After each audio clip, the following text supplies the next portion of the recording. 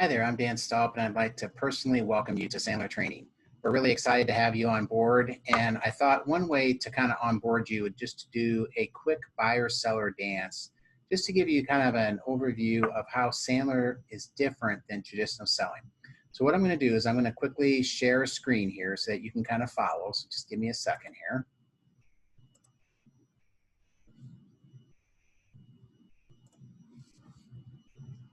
All right, so here we go. So one of these, we call it the buyer-seller dance, or why salespeople fail. And what we're going to talk about is how the prospect system is typically in conflict with traditional sales system, and then how the Sandler system is different. So we just keep going here. Some of you have probably been through training before, and it may have been for a couple hours, maybe even a couple days, maybe in a couple weeks. But with Sandler, most of our clients stay for years. And it's not because we're poor trainers or they're not very smart. It's because it's about, mastering things rather than just knowing things. So I just wanted to spend a little bit of time, if you go to a 2-hour or 2-day event, you might get some good technique. And that's probably the quickest, easiest way to make some ground up if you're in some sales training. But over time, if you're not still working on the behaviors or the attitudes, if you went to a 2-day workshop, let's just call it 30, 60, maybe 90 days, you're going to be right back to where you were because you weren't being reinforced. So while technique is important, it's frankly the easiest to change. And even with us, let's just say the first 90 days, technique is where you're going to be getting, the first little hits. And it's great because at least you're getting something. But we also have to make sure that we're focusing on behavior, because if I'm getting a new technique, but I'm not practicing it, I'm likely not to master it. The other part of it is sometimes when I get a new technique, I want to do more behavior because I have more hope that I can get past some of these things that have been holding me back. The other part I want to talk about is attitudes. Now, this is the hardest to change. And I'm not just talking about a positive or negative attitude. I'm talking about, things that hold you back that you may not even be aware of.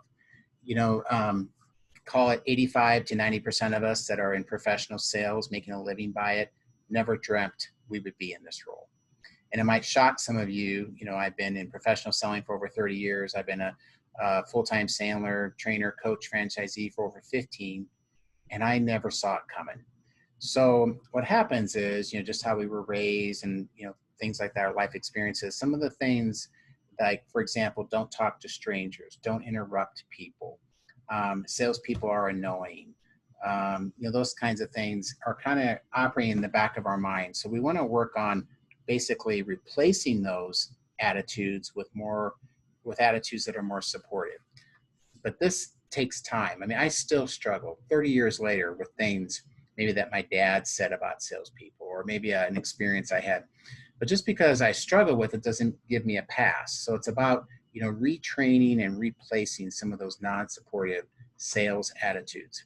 So these all three kind of work together. Technique is the easiest, but let's face it, if you don't work on it, you're going to lose it. Attitude is the hardest. Sometimes it takes, months and years. And it doesn't mean that you're fixed. It just means that it's impacting you less, those non-supportive ones, and the new ones are supporting you.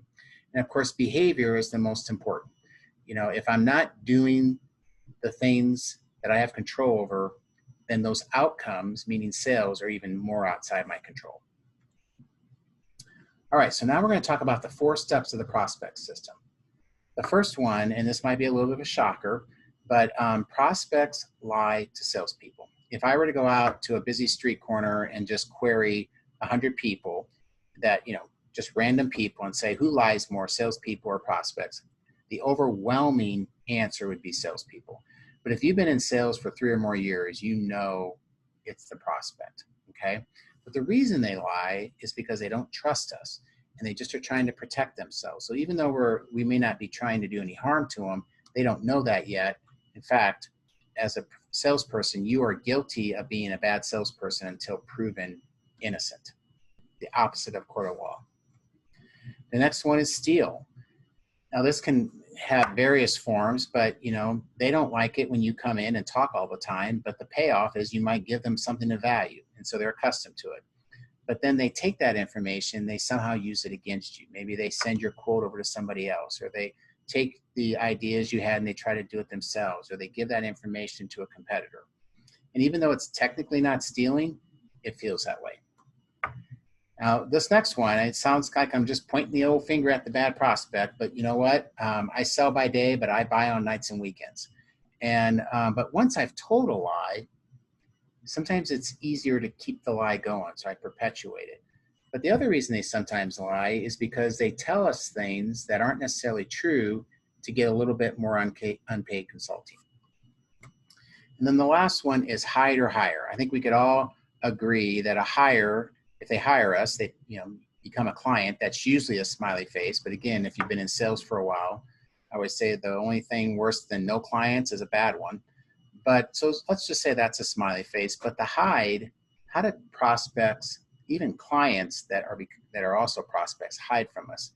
It could be they're ghosting us. It could be that they're not responding to our emails, texts. I've left 3 voicemails. They avoid being at a networking event. Okay, so what I want you to do is I just want you to think a little bit, how real is this in your world? We're not here to just throw out Sandler, danced out propaganda, but is any of this potentially happening with you? Okay, so now we're going to transition to what traditional sales system is. Okay, first one is qualify ? I cut my teeth in the late 80s into the early 90s selling insurance. And one of the things I heard a lot in my industry was just get them a proposal. The more proposals you do, the more you'll make. I've come to learn that's not 100% true. It's more about the more qualified proposals I send out, the more I make.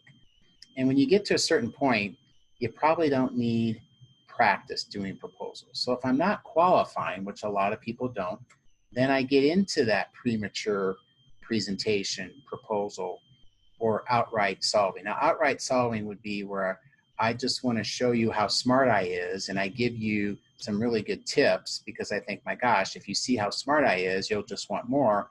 But what I'm really doing is set a precedence that I give you stuff for free, and finish the sentence. If I give you an inch, you'll take a mile.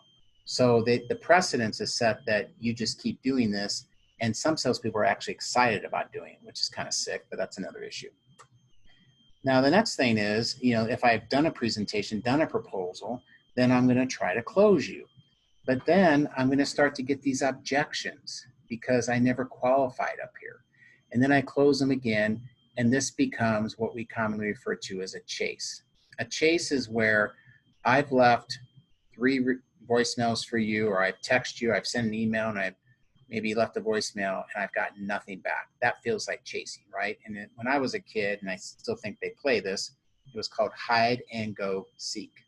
So when we prematurely solve, meaning present, propose, or outright sell, we are setting ourselves up for the chase right here. Okay, so let's move into, now I say 180 degrees because over the past 125 years, which is basically how long professional selling's been around, you're not going to like this rule, but there are no bad prospects. There's just bad salespeople. Now that kind of sucks to hear that. But the reality of it is we have trained the prospect that this is okay. So if we don't break those patterns, we are going to fall into those patterns. So let's talk about this a little bit. First one is, now this is a little bit of a Captain Obvious, but we need to connect with our prospects, clients, and so forth. Now most of us, I shouldn't say most of us, let's just say 55% of salespeople naturally do this. The problem is they don't know why or how they do it. They just kind of do it when they're put in a situation. So there's an art, a science, and a psychology behind connecting. So what we're going to do is we're going to be able to give you context to not only that you do it, but why does it work? And that allows you to transfer and leverage that information. So let's say you go on a joint sales call with somebody. You're able to transfer why things work. Or let's say you're on a sales call by yourself. You're able to leverage it because you know why it works as opposed to it just happening. The next one is gain agreement. Now, gain agreement is these little verbal agreements where I don't get way ahead of my prospect and my prospect doesn't get way ahead of me. An example of a prospect getting way ahead of me is on the phone. I'm talking to them about what I do, and the first thing out of their mouth is, what does this cost anyway? Now you might say, well, what's wrong with that? Well, I don't know what they need yet. And so if I answer that question, how much does it cost? I have become part of the problem, okay? A way that I could get way ahead of my prospect is to want to send them a proposal, or maybe even beg to send them a proposal, and they don't even care or want what I need. So what we want to do is we want to be co-laboring with our prospects, as opposed to me doing a bunch of work and hoping they like it. That's not a good long-term relationship. I think we could all agree to that. The connecting and the gain agreement are both part of the relationship. If I don't get way ahead of you, the relationship feels better. If you don't get way ahead of me, the relationship feels better, which is the gain agreement. The next three, where we're going to start with pain, are what we call our three-prong qualify step. Now, pain can also mean pleasure, but 80% of the time, people modify their behavior to avoid pain. 20% of the time, they modify their behavior for gain. But we lump that all together under pain. But more importantly, what is the cost of doing nothing? Or, which would mean maybe staying with an incumbent or maybe doing nothing at all. Or what's the cost of going cheap? Because there's always somebody out there that's willing to underbid you. But usually there's a cost associated with that. So we're going to help you just, facilitate them understanding what they're missing out on financially, if there is one, but emotionally for sure, by doing nothing. Then we get into budget. Now, a lot of us, when we think about budget, we think about how much does it cost. That's a vendor status. Price. They just see you as one's cheaper, they pick one. That's a vendor status. But you also want to look at time and money and resources. And what those are commonly called are soft dollar costs. And vendors don't like to talk about soft dollar costs. Trusted advisors talk about soft dollar costs. So we want to make sure that their eyes are wide open to that. Not only is it going to cost them money, but it's going to take time and resources. But having said that, what kinds of time and resources are going to be freed up, which is back up here with the cost of doing nothing. And then the third qualify step, so 3, 4, and 5 are qualify steps, is decision. And when you were probably in 6th or 7th grade, you learned what open-ended questions were. Well, in the decision process, that's who, what, where, when, why, and how. And this is where a lot of deals get messed up. They might, you might have the pain, you might even have the budget, but you're talking to the wrong person. Or you think just because they're asking you for a quote that it's going to happen in the next, couple months, but maybe it's a budget quote and they haven't even decided to do this yet. And it could be 2 or 3 years. So these 3-prong, 3, 4, and 5, pain, budget, decision, are really a way for you to qualify or disqualify the prospect. The prospect is always qualifying or disqualifying us. Doesn't it only make sense that we would also do the same in terms of them not getting way ahead of us and vice versa? Then we finally present or do a proposal. So this is a little backwards from what you would typically see in traditional selling. Traditional selling tends to lead with the presentation or proposal, which appears to make things go quicker, but then there's this whole chase thing. And as long as it works, but it only works until it doesn't. And when you're chasing them, you just wonder, oh my gosh, how'd I get in this place? So by us using the presentation or proposal as leverage, we are able to co-labor with that prospect more about their problem. Now, if any of you are parents, if you're working harder on your kid's problem than they are, that's usually a little bit of crazy land. And prospects, it's more like raising kids than one might think. So we want to make sure that if they're not willing to spend time on their problem, we're not willing to spend time on their problem. And last but not least is, if you have had, maybe let's pretend you had 3 backouts last year. I'm not in any way, shape, or form saying that we're going to get from 3 to 0. But even if we were to avoid one back out, for some people, that's $50,000 or $100,000.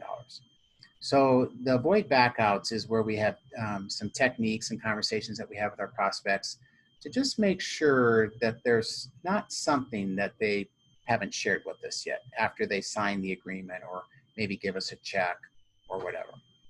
So anyway, that's the end of what we're talking about here today. Let me stop share here.